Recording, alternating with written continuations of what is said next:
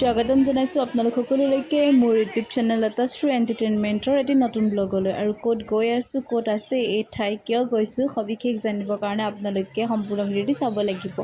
এই যে দোকানবিলাক দেখিছে, আমি তাৰ পৰাই শৰাই আগবঢ়াবৰ কাৰণে বস্তুখিনি কিনি ল'লোঁ। পিছে আপোনালোকে ঘৰৰ পৰা আনিলে বেছি ভাল হয়, ঘৰতে বুট মগু তিয়াই কোমল কৰি লৈ যাব পাৰে। আৰু আমি কিন্তু তাতে কিনি ল'লোঁ।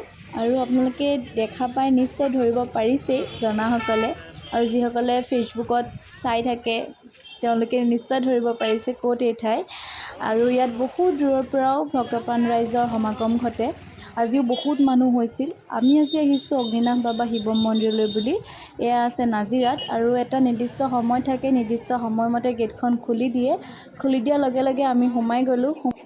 আমি প্ৰথমে শাৰী পাতিলোঁ শৰাই দিবৰ বাবে। শৰাই যদি আগবঢ়াম ভাবিছে আৰু দান বৰঙণি দিম ভাবিছে, তেনেহ'লে আপোনালোকে প্ৰথমে শাৰী পাতিব লাগিব। আমি এনেকৈ শাৰী পাতি আমাৰ নাম লিখাই ল'লোঁ। নামটো তেওঁলোকে লিখি থ'লে আৰু শৰাই বস্তুখিনি ৰাখি থ'লে। তাৰ পাছতে এটা কুপন দিয়ে, সেই কুপনটো আমি তেতিয়া তাত দিব লাগিব যেতিয়া আমি তাৰ পৰা প্ৰসাদ ল'ম। আৰু তাত সকলো কামৰ কাৰণে এটা এটা নিৰ্দিষ্ট শাৰী আছে, আপোনালোকে তাত মানে শাৰী পাতিব লাগে। আৰু আমি তাৰ পাছতে চাকি ধূপ জ্বলাই ল'লোঁ। চাকি ধূপ জ্বলাই আমি গাখীৰ ঢালিবলৈ বুলি শাৰী পাতিলোঁ।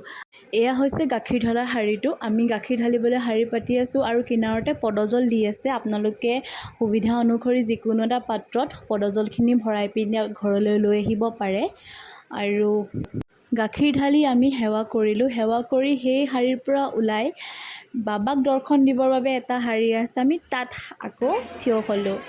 আৰু দেখিছে ইমান ভিৰ হৈছে, আৰু এনেকৈ CC কেমেৰাত সকলো ওলাই থাকে। ভিতৰত কি হৈ আছে আমি চাই থাকিবও পাৰোঁ, আমি বাহিৰৰ পৰাই শাৰী পাতি পাতি।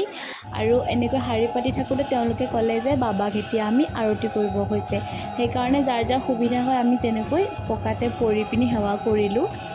সকলো বহাটো অসম্ভৱ, একদম ঠেকাঠেকিকৈ তেওঁলোকে শাৰী পাতি আছিলে যিহেতু। আৰু এয়া দেখিছে, এইখিনি ঠাইত আপোনালোকে বহিব পাৰে, অলপ আৰামো কৰিব পাৰে। তেওঁলোকে ধুনীয়াকৈ মানে বস্তুখিনি পৰিপাটি কৰি ৰাখিছে বৰ।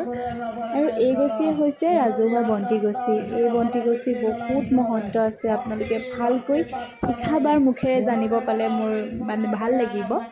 আৰু এয়া দেখিছে, আমি বাবাক দৰ্শন কৰি ওলালোঁ। ওলাই পিনি আমি আকৌ শাৰী পাতিছোঁ আমি শিখা বাক লগ কৰিবৰ বাবে, আৰু শিখা বা আসনত বহিয়ে আছিলে।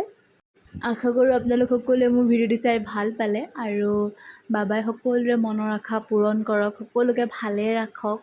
আৰু যদিহে আপোনালোকে পাৰে এবাৰ হ'লেও অগ্নিনাভ বাবা শিৱ মন্দিৰক দৰ্শন কৰিবলৈ আহক, আৰু সকলো ভালে থাকক। Thank U.